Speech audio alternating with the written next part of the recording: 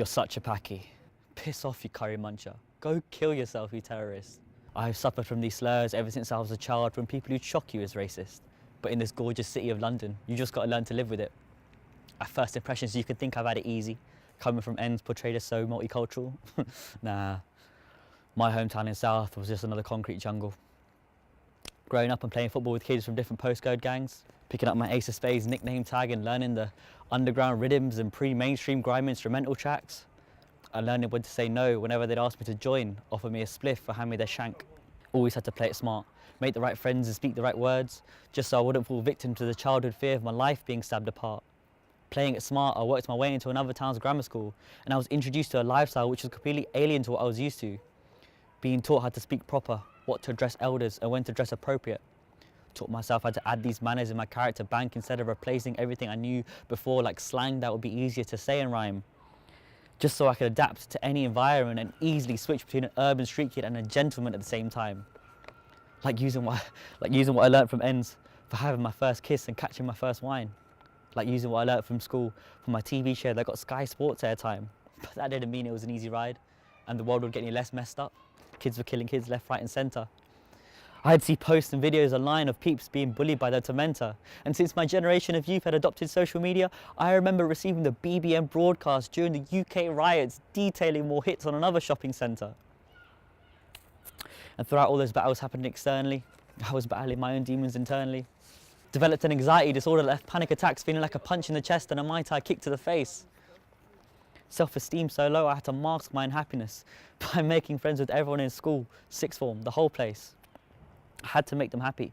I have to meet more people and make them smile. I have to make sure that everyone is happy, and I have to hope that this will make me happy and make me smile. I managed to graft and charm my way out of the ends and into the best institute of the country. I got into Loughborough University.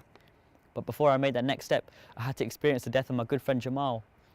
My young G died on a swimming trip in Canada at 17 years old. He had his whole life ahead of him. I'd experienced death my whole life before, but that was the first time I cried. Why him? The most talented, him. The most contagious smile, him. The most popular role model, him. Him. Why him? I'll never forget the day when hundreds of us came back to school and cried for hours during those assemblies and speeches. And not beginning to imagine the pain of his whole family for the whole day, I was just so speechless. Became agnostic because how could a God tear people to such pieces? But when we lit those sky lanterns and succeeded in getting his favourite rapper Drake to pay tribute, I realised the positive impact he had upon the whole world was a legacy I should try to continue. Continue to emulate his warm-hearted nature and make sure that everyone was the best that they could be. That was the real reason why I went to that uni. I didn't go there to do a degree. But now that I graduated with this degree, I'm back at home with my Pakistani family. And I feel like I can't do for my family what I did for my friends. Because there's so much I want to share about how mentally ill my life became, knowing that speaking aloud relieves burdens and can empower my relatives to do the same. But my culture doesn't do that.